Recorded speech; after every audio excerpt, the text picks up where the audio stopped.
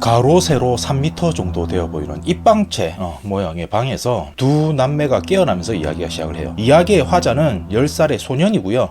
이제 곧 고등학교로 올라가는 누나와 길을 걷던 도중에 누군가에게 습격을 받은 것까지는 기억이 나는데 깨어나 보니 이곳에 갇혀 있는 거죠. 누나에게는 디지털 시계가 있었던 터라서 시간을 확인해 보니까 토요일 새벽 3시쯤이었어요. 주변을 둘러보니까 사방이 콘크리트 벽으로 둘러싸여 있고 한쪽 벽에는 커다란 철문이 막고 있는 구조였는데 다행히도 정중앙 천장에는 누런 빛을 내는 전구가 하나 매달려 있었죠. 근데 특이사항이 뭐냐면 문을 기준으로 해서 중앙부에 폭이 한 50cm 가량 되는 도랑이 있었다는 건데 화장실을 대체할 무언가가 없는 구조다 보니까 아마도 용변을 처리할 공간이지 않을까라고 생각을 합니다. 처음에는 당황을 해가지고 문을 두드리면서 살려달라고 막 고함을 쳐보는데 아무런 대답도 없고 그렇게 첫날은 두 남매가 끌어안고 다시 잠이 듭니다. 그렇게 하루가 지나고 둘째 날 일요일이 되는데 방 가운데 도랑이 있다고 했잖아요. 체구가 작은 동생이라면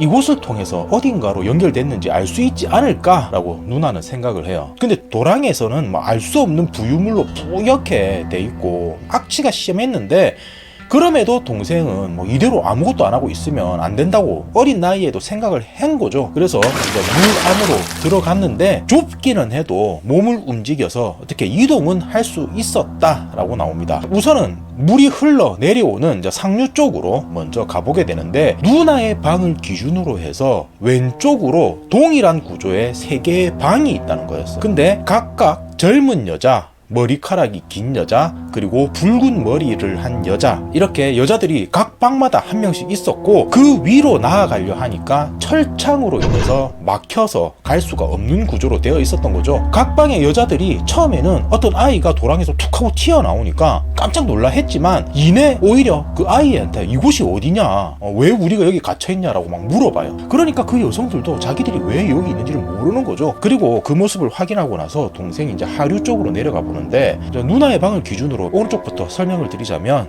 누나와 같은 또래로 보이는 여성분이 있고 그 다음 방은 비어 있어. 그리고 마지막 방에는 엄마랑 비슷한 나이로 보이는 한 여성분이 있었는데 근데 이 여성분만 유독 분위기가 달랐어요. 겁먹은 듯이 몸을 막 웅크리고는 구석에서 벌벌벌 떨고 있었는데 동생이 아니 왜 그러시는 거냐고 물어보니까 매일 6시가 되면은 이 도랑에서 잘려진 시체 조각들이 흘러내려오는데 너는 그걸 보지 못했냐고 되물어요. 그리고 어제도 어김없이 이곳에서는 시체 더미들이 조각나서 흘러내려왔다라고 얘기를 해요.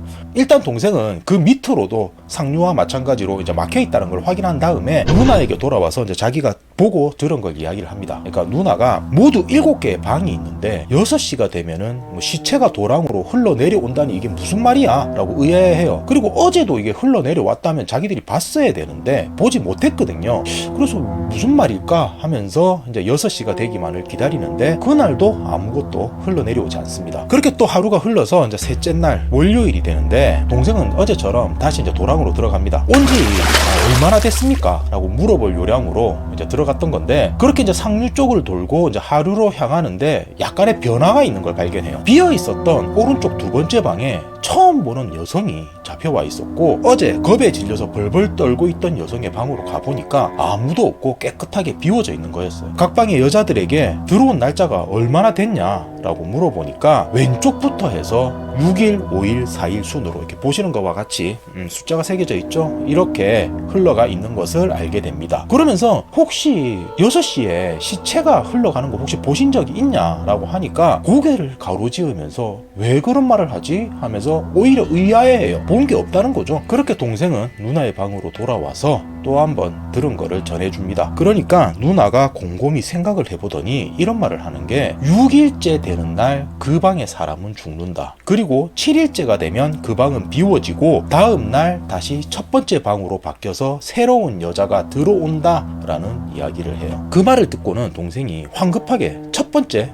붉은 머리 여성에게 가서 누나에게 들은 말을 전해줘요. 하지만 그 말을 들은 붉은 머리 여성은 오히려 이제 화를 내면서 불쾌해하는 거죠. 그렇게 다시 동생은 누나의 방으로 돌아오는데 6시가 되자 도랑에서 붉게 물든 물과 함께 붉은 머리카락 덩어리가 흘러가는 걸 보게 됩니다. 그리고 생각해요. 목요일 6시가 되면 우리가 죽겠구나 라고.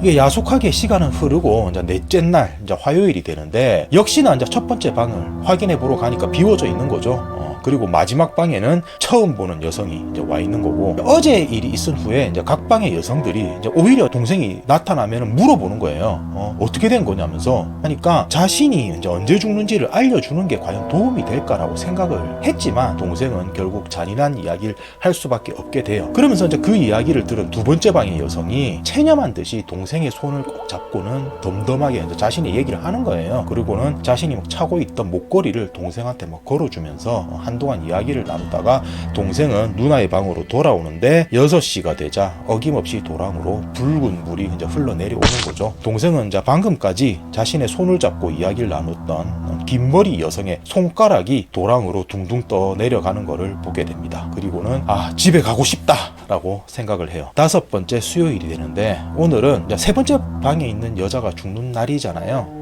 그래서 동생은 2번째 방의 여성과 그랬던 것처럼 한동안 그 3번째 방의 여성의 이야기를 들어줍니다. 사실 그것 말고는 이제 동생이 할 수 있는 일이 없었잖아요. 3번째 방의 여성은 이제 한동안 자신의 이야기를 막 이어가다가 품에서 수첩 하나를 꺼내고는 동생한테 건네줘요. 혹시나 나가게 되면 자신의 부모님에게 꼭 전해달라고 하면서 수첩 하나를 주는데, 근데 그때 갑자기 쇠문이 덜컥거리는 소리가 들리는 거예요. 그리고 동생과 3번째 방에 있던 여자는 시계가 없었기 때문에 이야기를 나누다가 벌써 6시가 된지를 몰랐던 거예요. 그래서 동생은 황급하게 물속으로 몸을 숨깁니다. 그런데 도랑을 타고는 누나가 있는 방으로는 갈 수가 없었어요. 어쩌지 하면서 고민하면서 물속에 있다가 수면 위를 딱 바라봤는데 사람의 형상은 자세히 알 수 없지만 커다란 전기톱으로 무언가를 잘라내는 모습만 보게 되는 거죠, 동생은. 그리고는 그 뒤로 철문이 열려있는 거를 봅니다. 동생은 오랫동안 물속에 있을 수가 없었기 때문에 이제 누나의 방 쪽이 아닌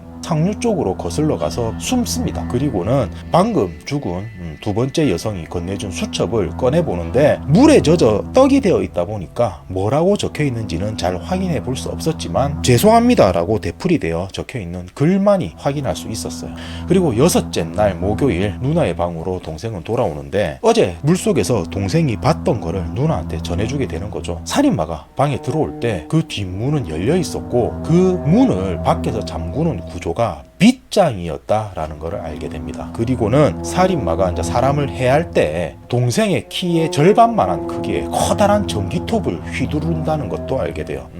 근데 아무리 생각해도 두 사람은 그런 흉기를 휘두르는 살인마를 제압할 수 있는 방법이 도대체 뭐가 있을까 떠올려봤지만 떠오르지가 않아요. 그리고 동생은 그동안 만났던 다른 방 여성들을 찾아가서 마지막 인사를 전하는데 오늘이 바로 누나와 나의 마지막 날이다 라고 하니까 어떤 여성은 자신이 아껴 먹던 식빵 같은 걸 전해주기도 하고 어떤 여성은 자신이 입고 있던 스웨터를 건네주기도 했어요. 그렇게 이제 점점 시간은 흘러서 저녁 6시가 되어 가는데 누나는 다른 방 여성들과 좀 달랐어요. 그다지 이야기를 하지도 않고 그냥 멍하니 앉아서 방 중앙에 있는 누런 전구만 바라보고 있었는데 얼마 지나지 않아서 문 앞으로 살인마가 뚜벅뚜벅 걸어오는 소리가 들려옵니다. 그리고는 곧이어 삐끄덕거리면서 문을 잠그고 있던 빗장이 열리는 소리가 들리는데 지금까지 조용히 앉아있었던 모습과는 달리 누나가 문에서 제일 떨어진 구석에서 동생을 보호하듯이 양팔을 쫙 벌리고는 고함을 치는 거예요. 내 동생에게는 손가락 하나도 될 수 없어! 하면서 외치는데 살인마는 아랑곳하지도 않고 거침없이 전기톱을 휘둘러요. 그러니까 누나는 그 전기톱을 가녀린 손으로 부여잡습니다. 그리고 막 사방으로 피가 튀는데 그때 도랑 틈 밑에 숨어있던 동생이 물 밖으로 튀어 올라요. 순식간에 벌어진 일이기도 하고 전기톱을 손으로 잡을 거라고 예상을 못했는데 숨어있던 동생이 물 밖으로 튀어 오르니까 살인마는 놀랄 수밖에 없었던 거죠. 그리고는 동생은 이제 문 밖으로 뛰쳐나가서 곧바로 열려있던 쇠문을 닫고는 걸쇠를 잠가버립니다. 동생은 뛰쳐나간 이후에 잠긴 문 앞에서 꽝거리는 소리를 듣는데 그것은 누나가 아니라는 것을 알 수 있었습니다. 왜냐면 누나는 이제 팔이 없을 거라고 생각을 한 거예요. 그리고 누나가 동생에게 네가 나가면 절대로 다시 문을 열면 안 돼 라고 했던 말을 떠올립니다. 그리고는 방 안에서 웅웅거리는 전기톱 소리와 함께 까랑까랑한 누나의 웃음소리가 들려와요. 귀를 찢듯 살인마를 막 조롱하는 듯한 웃음소리인지 아니면 문 밖에 있는 동생을 걱정시키지 않기 위한 웃음소리인지 알 수는 없지만 말입니다.